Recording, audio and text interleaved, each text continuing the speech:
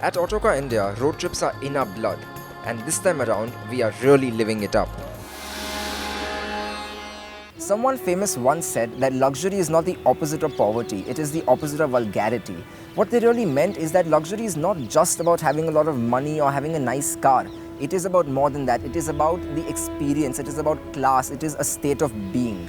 But just reading that quote didn't really tell us what it was all about, so we decided to actually go out there and explore it for what it was. And we thought, what better way to experience luxury than experiencing the life of the royals of India? And what better way to experience the life of the royals of India than actually living in their palaces?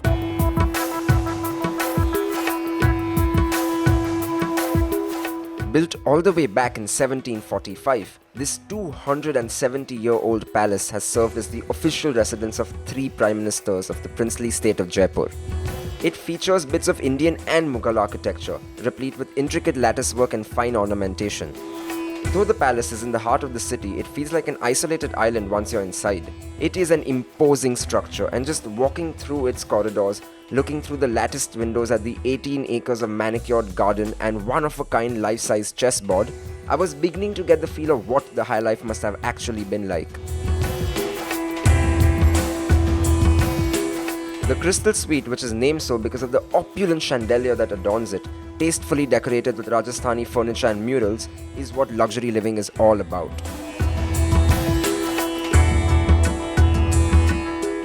The Jai Mahal Palace is just one of many palaces we are going to explore as we go through India, trying to understand the true meaning of luxury. But here's a catch.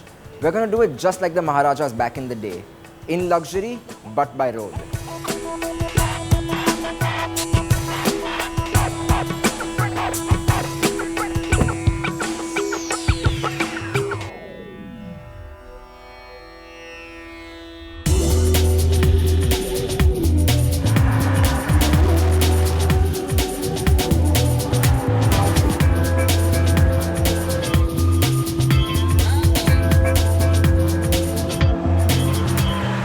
We're headed to Udaipur right now to visit yet another palace, and like I promised, we are traveling just like the Maharajas did back in the day, by road. But here's the thing, I feel like we're traveling in more luxury than they ever did, because even though it's very hot outside, I'm sitting in this cooled cabin, it's a nice 18 degrees Celsius, I'm sitting on perfectly contoured seats which are very comfortable, I have loads of leg room, and most importantly, I'm traveling in a vehicle that is just so much safer. I have airbags, I have seat belts, which I'm sure they just didn't have back in the day.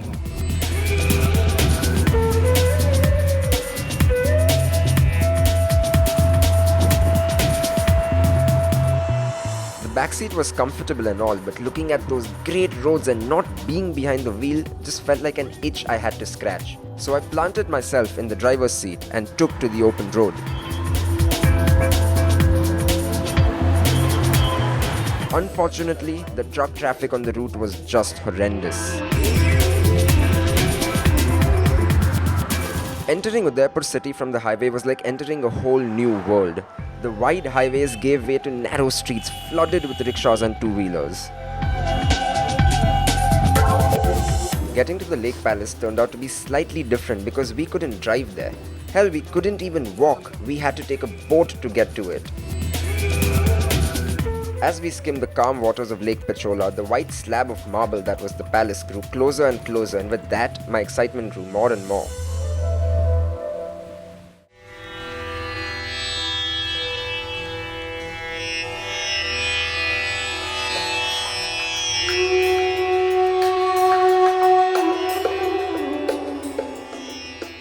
For most Maharajas, having a large palace with lots of big rooms, intricate ornamentation and fine art would be more than enough. But for the Maharajas of Udaipur, oh no, they had to have a different palace for every season of the year.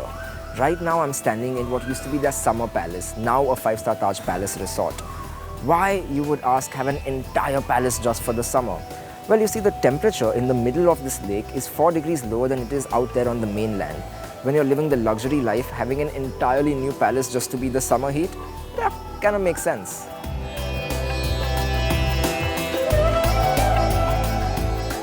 The Lake Palace was built in 1746, and though it saw many glorious years over time, it pretty much went to ruin until Taj took it over and undertook extensive renovations.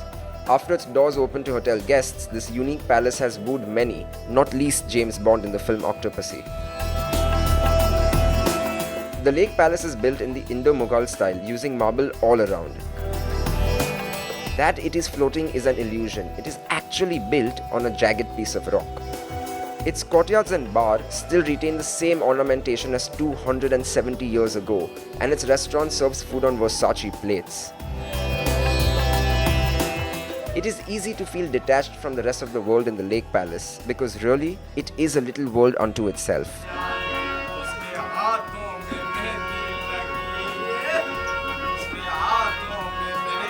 I might be jumping to conclusions over here, but I really feel like the Lake Palace epitomized what luxury was all about. I really wish I could have spent some more time here. With a heavy heart, we move on to the next palace, but at the same time, I'm kind of excited to see what it has in hold for me.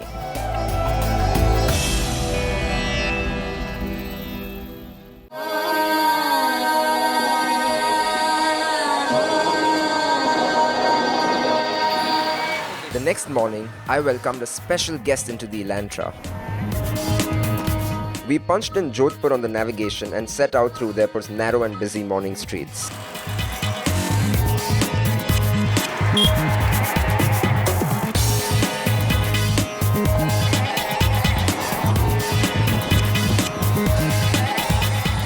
So Siddhant, Udaipur, it took quite a while to get out of the city, didn't it? Yeah, it turned out to be a much larger town than we thought it was. Yeah, and I think once now we are on this expressway, it's going to be just smooth sailing, except for all these guys who keep coming the other side of the road. It's like suicidal. Yeah? I know there have been more than one occasion where someone was driving at me in the fast lane. Yeah, and I think that's where you need all 4 discs of the Elantra. And God knows I've used them more than once.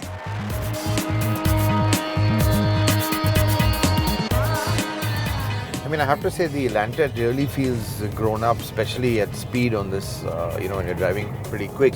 It's got that very European feel to it. But you know what I really enjoy about this car? It's got this dual nature. When you want to cruise on the highway at a sedate speed, you can just put it in 6th and keep on cruising. And if you wanted to be kind of sporty, all you have to do is, downshift, put your foot on the gas pedal and it just lurches forward. Yeah, the engine is quite responsive.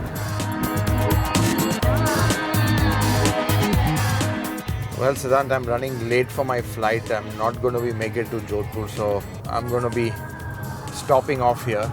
And you carry on and have all the fun. I mean, it's really upsetting that you could come only for such a short time, but it was fun while it lasted. Yeah, well, I enjoyed it too. I think next time need to have a longer trip. Definitely. Drive See you safe. back in the office. Drive safe.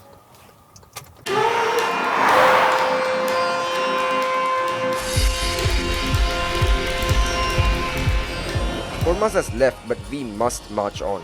The Elantra effortlessly gobbles up the remaining kilometers, and before the sun has peaked in the sky, I am already driving through the massive gates of the Umaid Bhawan Palace.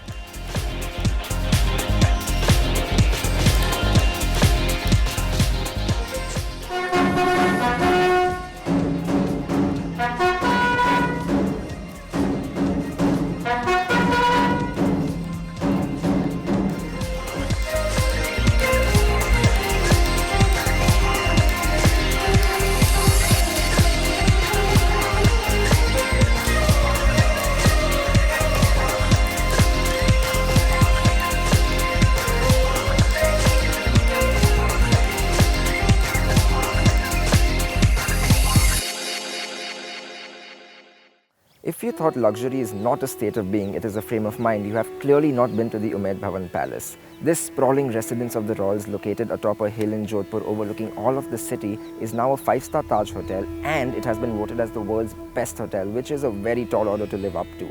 In fact, I have been through just 1/10 of the hotel, and in that much time, I have already received a royal Rathod welcome, I have been welcomed by big cats hunted by the royal family, and I have walked under a massive central dome. In fact, I'm almost intimidated by the knowledge of what else this palace has to offer me. What is amazing about Umaid Bhawan is that it was built for a noble cause. It was built to provide employment to the famine-stricken farmers of the region all the way back in the 1920s. It is a relatively new palace with construction completed only in 1943. fitted with fine marble sourced from the same location that the Taj Mahal's marble was.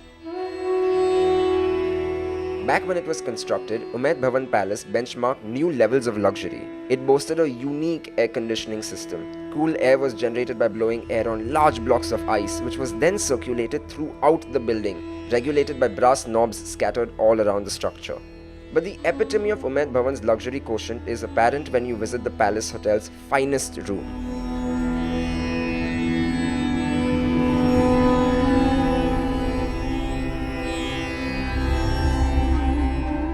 I am seated at the head of the dining table in the largest and most expensive room in this hotel, the Maharani Suite. The price is on request, but trust me, it is a staggering amount. This suite has 5 rooms and its luxury and opulence are really, they're just beyond words. I mean, I can't even imagine living like this on a daily basis, but a very large part of me sure wishes that I could.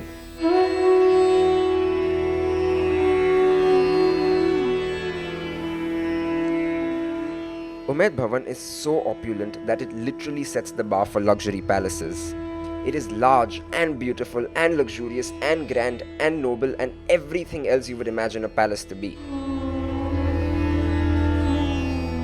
But as the palace was doused in darkness, only to be lit up again, we had to set off, bound for a different part of the country where a different type of luxury awaited us. Our palace drive will continue.